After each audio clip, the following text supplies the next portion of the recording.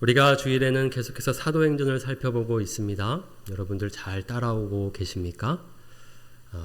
우리가 오늘 이제 살펴볼 내용은 퀴즈입니다. 바울의 선교의 몇 차 여행일까요? 바울이 총 선교 여행을 몇 차로 했죠? 3차로. 그렇다면 오늘의 일정은, 오늘의 여정은 그중 어느 부분에 해당할까요? 바로 2차 선교 여행입니다. 우리가 지난주에 바울은 다른 곳에서 복음을 전하고 싶었는데 아시아, 지금 터키에 해당하는 지역, 그곳에서 복음을 전하고 싶었는데 어떻게 됐죠? 하나님께서 그 길을 막으셨고 유럽으로, 마게도냐로 인도하셨습니다. 그래서 오늘 이 2차 선교 여행을 통해서는 바로 유럽 선교가 시작됩니다. 결국은 이렇게 유럽으로 또 미국으로 이렇게 서쪽으로 복음이 전해지면서 어디까지 왔습니까? 바로 저와 여러분에게까지 왔습니다. 그래서 오늘 이렇게 우리가 믿음을 가지고 주님 앞에서 예배를 드릴 수 있습니다. 사도행전을 살펴본다는 것은 우리의 뿌리를 살펴보는 것입니다. 여러분들 잘 따라오시면서 다시 언제 이 말씀을 할지 모릅니다. 지나가면 또 언제 다시 우리가 이 사도행전 말씀을 들을지 모릅니다. 놓치지 마시고 잘 따라오시면서 말씀들을 또 묵상하시면 좋겠습니다. 오늘 말씀 바로 이제 마게도냐 선교가 시작되는 말씀입니다. 하나님께서 바울에게 나타나셔서 마게도냐로 와서 나를 도우라 이렇게 한 사람을 보내셔서 그 말씀을 주십니다. 그리고 이제 그 길을 떠나게 됩니다. 완전히 새로운 여정입니다. 계획에도 없던 여정입니다. 오늘 우리는 이제 16장 이제 후반부를 모두 다 살펴볼 텐데요. 이 말씀에는 총 3사람의 이야기가 있습니다. 3사람의 이야기입니다. 이 이야기에 공통점이 있는데요. 먼저 이 3사람의 이야기는 어떤 사람들이냐면 첫 번째, 자주 옷감을 파는 상인이었던 루디아라는 여인의 이야기이고요. 두 번째, 점치는 귀신 들린 여종의 이야기입니다. 그리고 세 번째, 바울과 실라를 지키던 간수의 이야기입니다. 이 한 사람 한 사람의 이야기를 자세하게 나누어서 보고도 싶지만 오히려 이 3사람의 이야기에는 공통점이 있어서 오늘은 함께 다루도록 하겠습니다. 이 3사람의 이야기에 공통점이 있습니다. 그것은 바로 오늘 말씀, 오늘 설교의 제목과 같습니다. 하나님이 문을 여시다. 하나님께서 새 문을 여십니다. 이 3사람의 이야기 속에는 하나님이 여시는 3가지 문이 있습니다. 어떤 문입니까? 첫 번째, 마음의 문. 두 번째, 노예의 문. 세 번째, 감옥의 문입니다. 이 3가지 이야기 속에, 3사람의 이야기 속에는 공통점이 바로 하나님께서 어떤 문을 여시는 장면들이 나온다는 것입니다. 하나님의 역사, 하나님의 일하심이 드러나게 됩니다. 첫 번째, 하나님께서는 마음의 문을 여십니다. 오늘 이제 바울이 마게도냐로 건너가서 빌립보라는 지역에 가게 됩니다. 그곳에서 이제 복음을 전하는데 그곳에는 회당이 없었습니다. 그러니까 원래 바울의 선교 패턴은 어느 지역에 가면 먼저 회당을 찾아서 안식일에 그곳에서 사람들을 만나서 복음을 전했는데 이 빌립보라는 지역에는 유대인들이 얼마 없지 않았던 것 같습니다. 회당이 없었습니다. 그러니까요, 이 바울이 갈 곳은 어디 기도할 곳이 없나 이렇게 하면서 어떤 이렇게 오픈 플레이스를 찾게 됐는데요. 그 가운데에 이제 여인들을 만나게 됐는데 그 여인들에게 복음을 전하다가 한 여인이 바로 예수님을 믿게 됩니다. 14절 말씀입니다. 두아디라시에 있는 자색옷감 장사로서 하나님을 섬기는 루디아라는 한 여자가 말을 듣고 있을 때에 주께서 그 마음을 열어 바울의 말을 따르게 하신지라. 마게도냐 선교, 유럽 선교의 첫 회심자는 바로 루디아였습니다. 그런데 이 루디아가 예수님을 믿게 된 것을 오늘 성경에서는 바울이 그렇게 했다, 그렇게 말하고 있지 않습니다. 주께서 그 마음을 여셨다. 라고 되어 있습니다. 우리가 어떻게 믿게 되는지가 바로 여기서 드러납니다. 우리가 예수님을 믿게 된 것, 우리가 결정한 것 같고 우리가 고백한 것이기도 하지만 결국 하나님께서 하신 일입니다. 하나님께서 우리의 마음을 여셨기에 그 말씀을 듣고 우리는 복음을 듣고 예수님을 알게 되고 믿게 되었습니다. 오늘 바로 그 하나님이 역사하시는 순간을 봅니다. 주어는 바로 하나님이십니다. 하나님이 마음을 여셔서 루디아는 예수님을 믿게 되었습니다. 우리 성경 중에는 빌립보서가 있습니다. 빌립보서는 바울이 빌립보라는 지역에 있는 그리스도인들에게 보내는 편지입니다. 이 빌립보 교회의 최초 성도가 누구입니까? 바로 루디아입니다. 이 루디아는 여기 보면 자색 옷감 장사라고 되어 있는데요. 이 자주색, 이 퍼플, 이 자주색 옷이라는 것은 사실 굉장히 고급스러운 옷입니다. 이 색깔을 내기가 어렵기 때문에 고급스럽다고 합니다. 그래서 부자들, 고위 관리들만 이 옷을 입었다고 하는데요. 어떻게 보면 이런 어떤 고급 의류를 다루었던 것을 보면 이 루디아도 꽤 부자였던 것 같습니다. 그런데 그 여인이 바로 복음을 듣고 하나님께서 그 마음을 여셔서 예수님을 믿게 됩니다. 놀라운 구원의 역사가 일어납니다. 하나님은 문을 여시는 분이십니다. 어떤 문이요? 마음의 문을 여시는 분이십니다. 우리가 늘 마음에 품고 예수님 믿기를 내 사랑하는 가족들과 이웃들과 우리 친구들 위해서 기도하는데요. 바로 그들이 하나님께로 돌아올 수 있는 길은 하나님께 달려 있습니다. 하나님께서 그 마음의 눈을 여셔야 복음을 듣고 예수님을 믿게 됩니다. 그 가운데 우리는 도구에 불과합니다. 오늘 바울도 그렇기 때문에 도구의 역할을 감당했습니다. 분명 그 도구는 필요합니다. 통로는 중요합니다. 바울이 있었기 때문에 바울을 통로로 삼아 하나님이 역사하실 수 있었던 것이죠. 바울을 만나지 않았는데 루디아가 예수님을 믿었다? 그렇지 않습니다. 그래서 누군가를 통해서 우리는 복음을 듣게 되고 그를 통하여 예수님을 믿게 됩니다.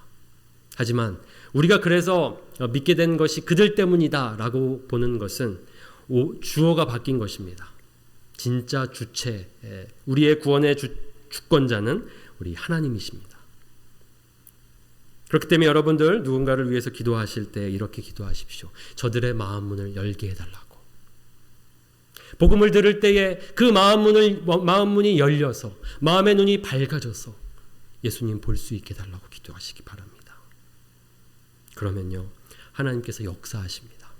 저 여러분이 그런 역사 속에서 오늘 이렇게 믿음을 가지고 하나님을 예배하게 되었습니다. 하나님이 구원의 주권자이시라는 것을 여러분들이 기억하시기 바랍니다. 유명한 목사님이죠. 존 스토트 목사님께서 쓰신 나는 왜 그리스도인이 되었는가라는 책을 보면요. 그 스스로 어떻게 내가 그리스도인이 되었는가를 이렇게 생각해 보니까 답은 이렇다는 것입니다. 제 긴 생애를 돌아보면서 저는 종종 무엇이 저를 그리스도께로 인도했는지 스스로에게 묻곤 했습니다. 이미 말한 것처럼 그것은 제 부모님의 양육이나 저 자신의 독립적인 선택이 아니었습니다. 그것은 문을 두드리며 문 밖에 서 있는 자신에게 관심을 돌리게 하신 그리스도 그분이셨습니다. 그리스도의 두드림은 더 커지고 더 집요해졌습니다. 제가 문을 연 것일까요? 아니면 그분이 문을 여셨을까요? 물론 제가 열었지만 그분의 끈질긴 두드림 때문에 그것이 가능하였고 심지어는 불가피하기까지 했습니다. 어떻게 믿게 되는지를 이해하시겠습니까? 예수님께서 끈질기게 우리를 두드리시기 때문입니다. 우리가 마음을 열어 주님을 모시는 것이지만 그 가운데에 우리가 한 일이라는 것은 단지 그 마음을 이렇게 예수님을 모신 것뿐입니다. 끊임없이 예수님은 우리의 문을 두드리셨고 우리의 마음 문을 두드리셨고 결국 우리의 마음을 열게 하신 분도 바로 주님이십니다. 그래서 내가 믿게 된 것, 나 때문이다.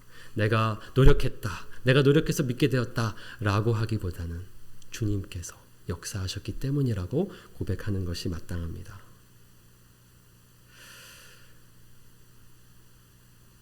똑같은 말씀을 들어도 마음이 다치면요, 말씀이 들리지 않습니다.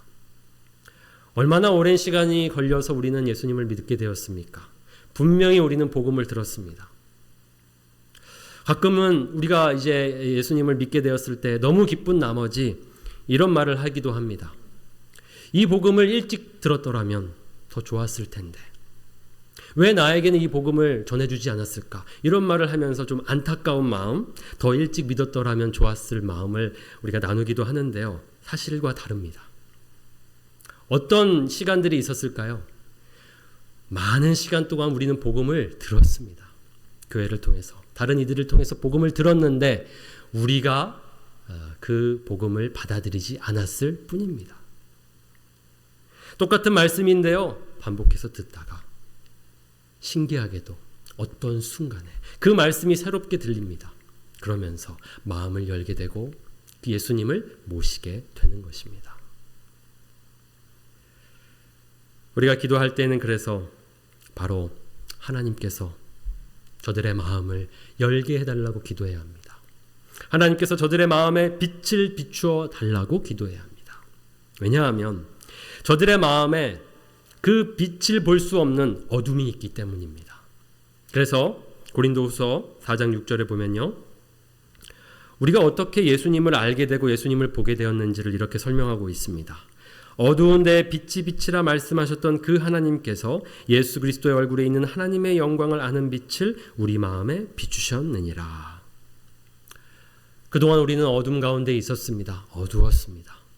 그런데 하나님께서 빛을 비춰주셔서, 말씀을 통해서 빛을 비춰주셔서 우리가 예수님을 보게 된 것입니다. 하나님을 만나게 된 것입니다. 하나님께 돌아오는 것, 예수님을 믿는 것 모두 다 하나님의 은혜 덕분입니다. 오늘 루디아가 그렇게 예수님을 믿는 제자가 되었던 것은 하나님의 은혜였습니다. 하나님께서 그 마음의 문을 여셨기 때문입니다. 두 번째 이야기 속에 하나님께서는 무엇을 여셨습니까? 바로 노예의 문을 여셨습니다. 여기 두 번째 이야기에 보면요, 점치는 여종, 귀신 들린 여종이 나옵니다. 이 귀신 들린 여종이요, 이 바울과 실라를 쫓아다니면서 지극히 높으신 하나님을 섬기는 종들이다 이렇게 소리치면서 이렇게 따라다녔습니다. 귀신 들린 여종이면 오히려 바울과 실라를 반대하고 대적하면 자연스러운데 이상하게도 이 여종은 계속해서 이들이 하나님으로부터 보내신 자다, 하나님께서 하나님을 섬기는 자들이다 라고 이렇게 소리치게 됩니다. 그것을 통해서 이 바울은 오히려 기뻐하지 않고요, 여기 보면 심히 괴로워했다 라고 하고 있습니다. 왜 괴로워했을까요? 이 귀신 들린 여종이 계속 이 얘기를 외치니까 그것이 오히려 복음을 전하는 데 도움이 되는 것이 아니고 귀신 들린 여종이 어쩌면 조롱하듯이 사람들에게 거부감을 일으키면서 그 일을 했던 것 같습니다. 그래서 그 일이 기쁜 일이 아니고 도움이 되는 일이 아니고 방해가 되는 일이었다는 것을 알 수 있습니다. 그래서 괴로워하다가 어떻게 합니까? 예수 그리스도의 이름으로 내가 내게 명하노니 그에게서 나오라 하면서 귀신을 내쫓게 됩니다. 그 즉시 귀신이 나옵니다. 귀신 들린 여종이었고 이 여종은 점을 치는 사람이었습니다. 그러니까 다른 사람들의 미래를 이렇게 말해주는 사람이었는데요. 이 여종에게서 바로 그 귀신이 이제 나가게 됩니다. 그러니까 무슨 일이 생깁니까? 이 여종을 두었던 주인들이 이제 분노하게 되는 것이죠. 그동안에 이 여종 때문에 점을 잘 쳐서 많은 돈을 벌 수 있었는데 이제 그 돈 줄이 끊기게 되는 것입니다. 그래서 결국에는 이제 바울과 실라를 고소하고 결국 감옥에까지 가두게 됩니다. 그들은요, 오늘 이 여종이 자유함을 얻게 되었을 때에 기뻐하지 않았고 오히려 괴로워했습니다. 분노했습니다. 한 사람이 귀신으로부터 지금 해방되었습니다. 좋은 일입니까? 나쁜 일입니까? 좋은 일입니다. 지금 그동안 이 귀신의 노예로 살았던 여종이었습니다. 그러니까 그 사람들에게도 노예이기도 했지만 사실은 영적으로 이 귀신의 노예로 살았던 불쌍한 여종이었습니다. 그 여종이 바로 오늘 예수님의 이름으로 해방을 얻게 됩니다. 오늘 하나님께서는 역사하셔서 그를 묶고 있었던 귀신을 나가게 하셨습니다. 그를 노예되게 했던 그 모든 속박으로부터 억압으로부터 하나님은 해방시켜 주셨습니다. 하나님은 어떤 분이십니까? 어떤 문을 여시는 분이십니까? 우리를 묶고 있는 것들, 우리를 노예되게 하는 것들, 그것들로부터 우리를 자유케 해주시는 분이십니다. 하나님은 바로 그렇게 우리의 삶을 붙잡고 있는 것들을 내어 쫓으시는 분이십니다. 우리를 가두었던 그 문이 바로 오늘 하나님이 여심으로 활짝 열리게 되는 것을 볼 수 있습니다. 우리 모두는 한때 우리가 예수님을 믿기 전에 어떤 상태에 있었는지 성경은 이렇게 말하고 있습니다. 그때에 우리가 예수님을 믿기 전을 가리키는 것입니다.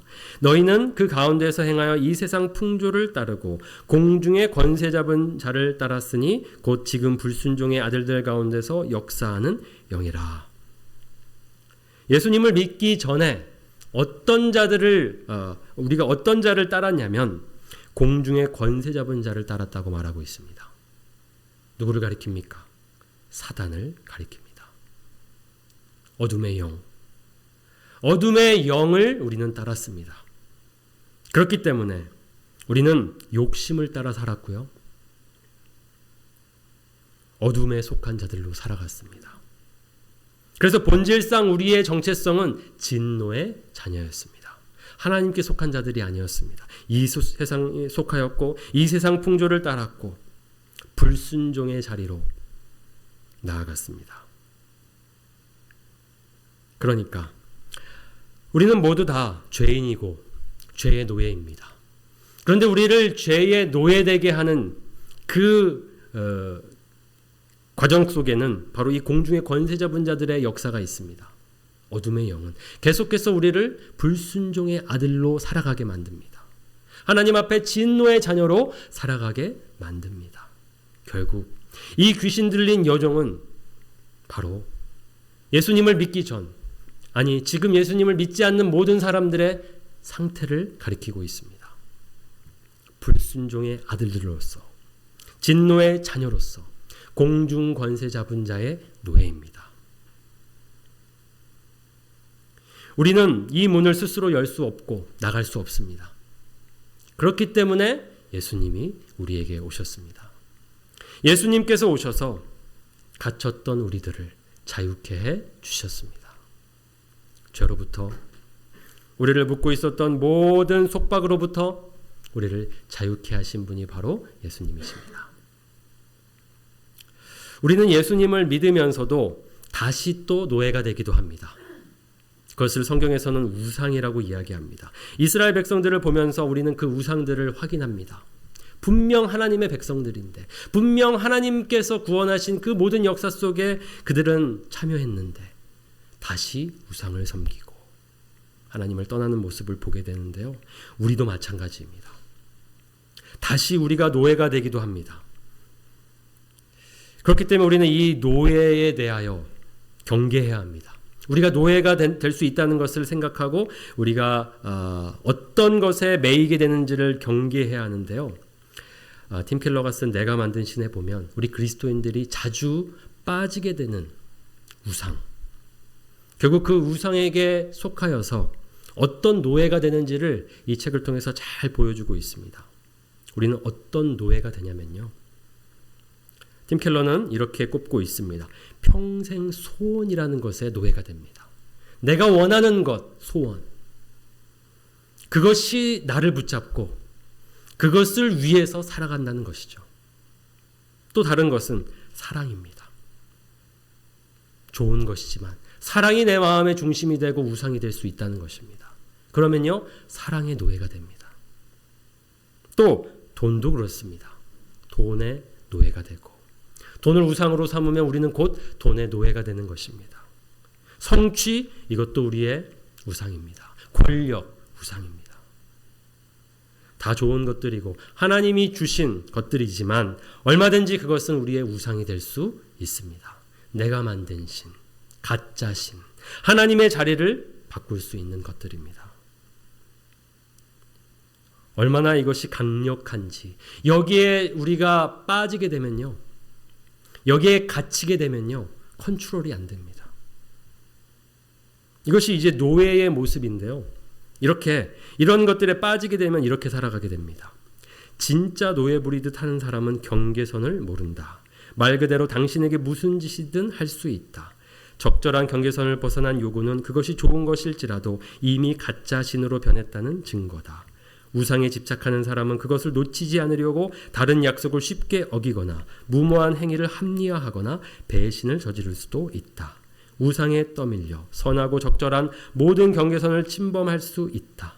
우상을 숭배하면 노예가 된다. 하나님께서 예수님을 통해서 우리를 자유케 하셨습니다. 자유자가 되게 하셨습니다.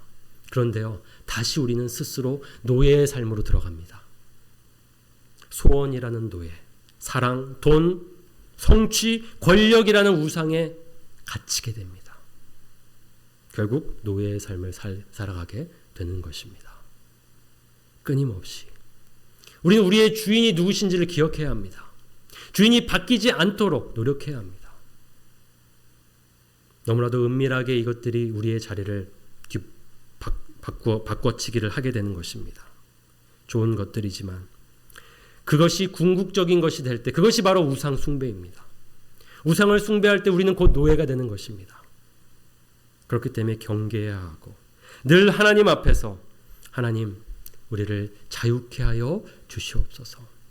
주님만이 우리의 모든 것 되십니다. 주님만이 우리의 중심이십니다. 주님만 저를 다스려 주시옵소서. 예수님의 말씀입니다. 진리를 알지니 진리가 너희를 자유롭게 하리라. 그러므로 아들이 너희를 자유롭게 하면 너희가 참으로 자유로우리라.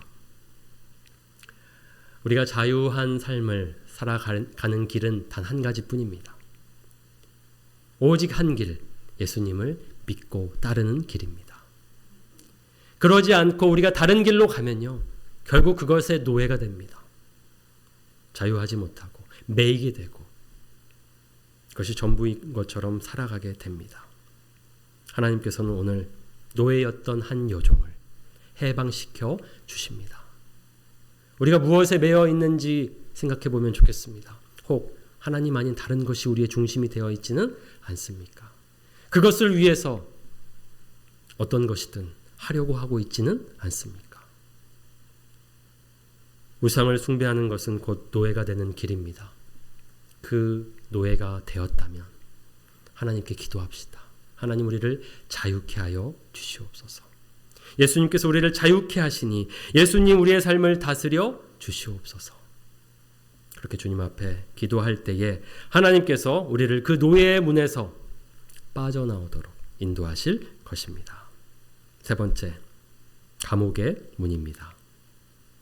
아주 유명한 사건이죠. 바울과 실라가 감옥 중에서 찬송과 기도를 했는데 놀랍게도 그때 지진이 일어나면서 그 감옥의 문이 열리는 사건입니다.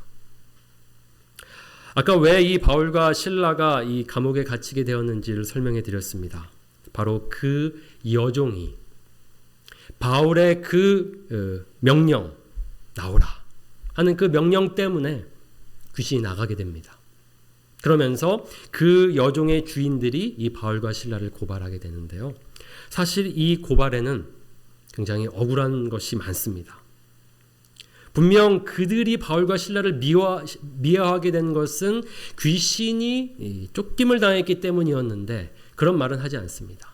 자신들의 밥줄이 끊겼기 때문에 바울과 신라를 고발하지 않고요. 말씀을 보시면 이들이 아주 불순한 교리를, 불순한 생각을 사람들에게 퍼뜨린다 이렇게 소문을 내면서 고발하게 됩니다. 어찌 보면 억울한 죄목에 바울과 신라는 감옥에 갇히게 됩니다.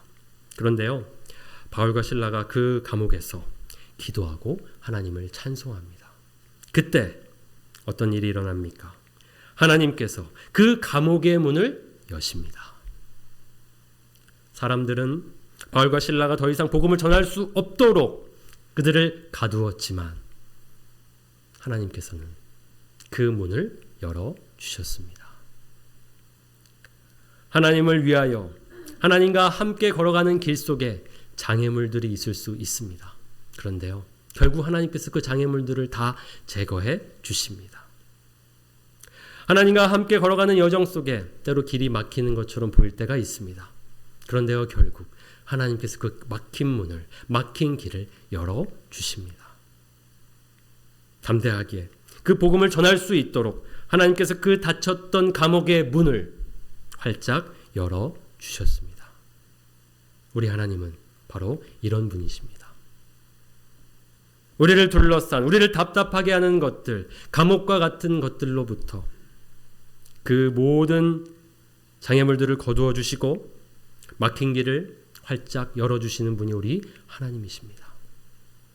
하나님께서 길을 열어주시는 사건, 유명한 사건이 있습니다. 바로 홍해가 갈라지는 사건입니다. 그렇습니다.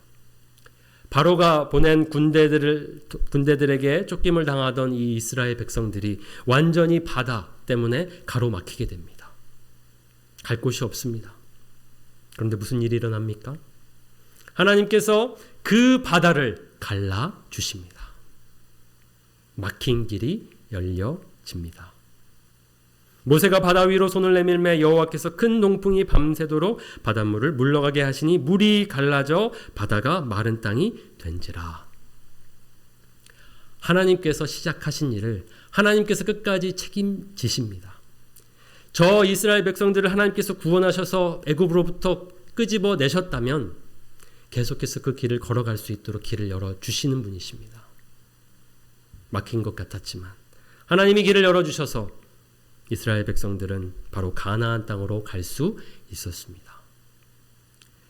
이것은 우리가 신앙생활하면서 기억해야 할 말씀입니다. 잘 가다가 길이 막힐 때가 있습니다. 잘 가다가 문이 닫힐 때가 있습니다.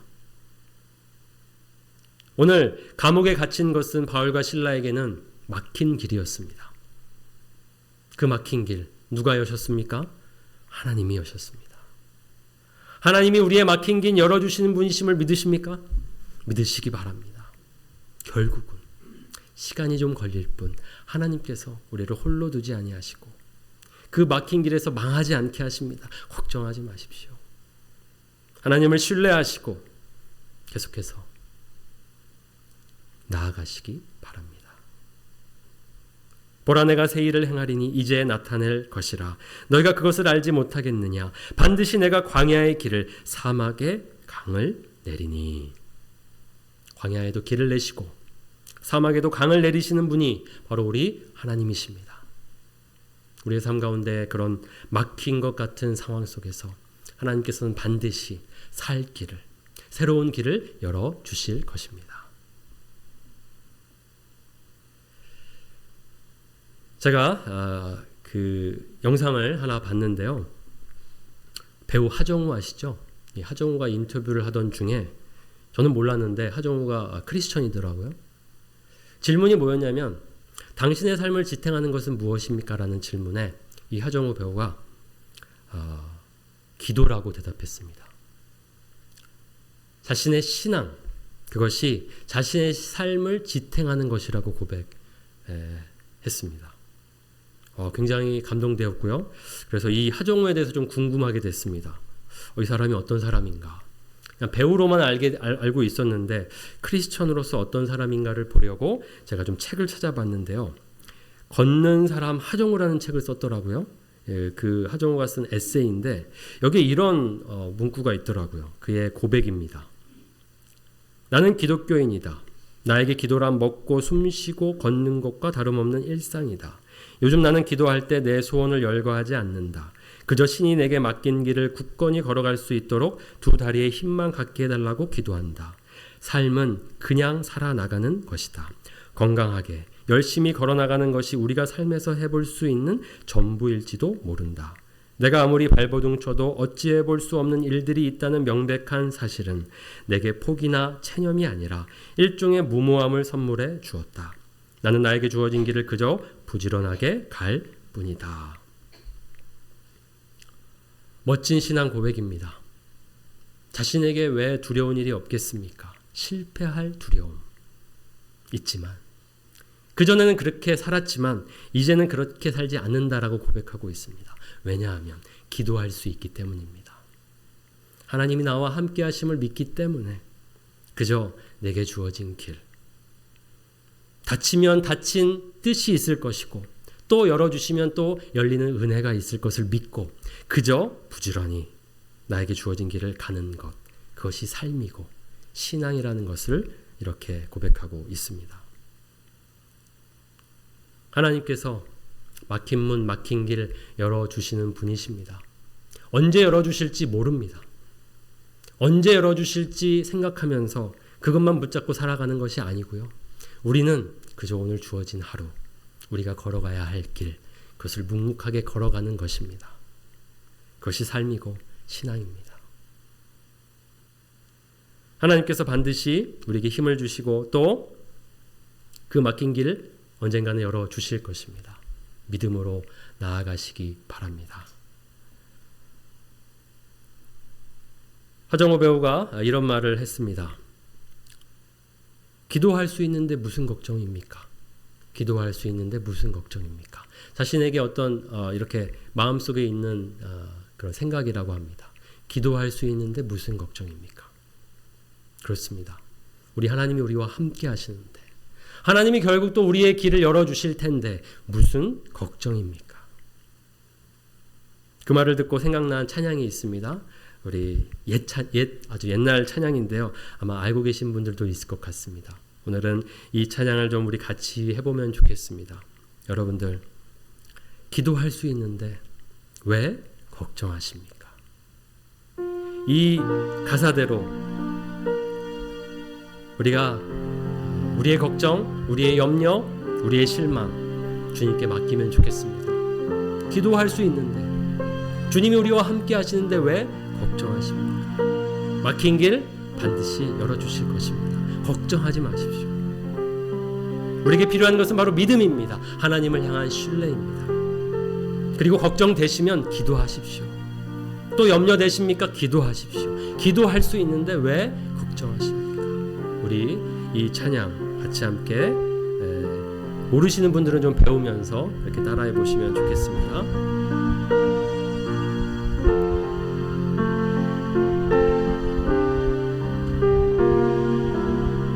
기도할 수 있는데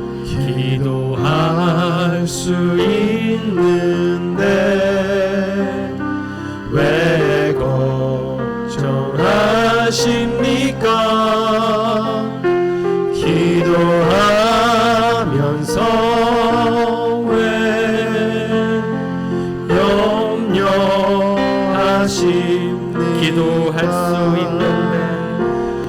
기도할 수 있는데 왜 실망하십니까? 왜 실망하십니까? 기도하면서 왜 방황하십니까? 주님 앞에 무릎 꿇고 주님 앞에 무릎 꿇고 간구해 보세요. 마음을 정결하게 뜻을 다시 한번 주님 앞에 무릎 꿇고 주님 앞에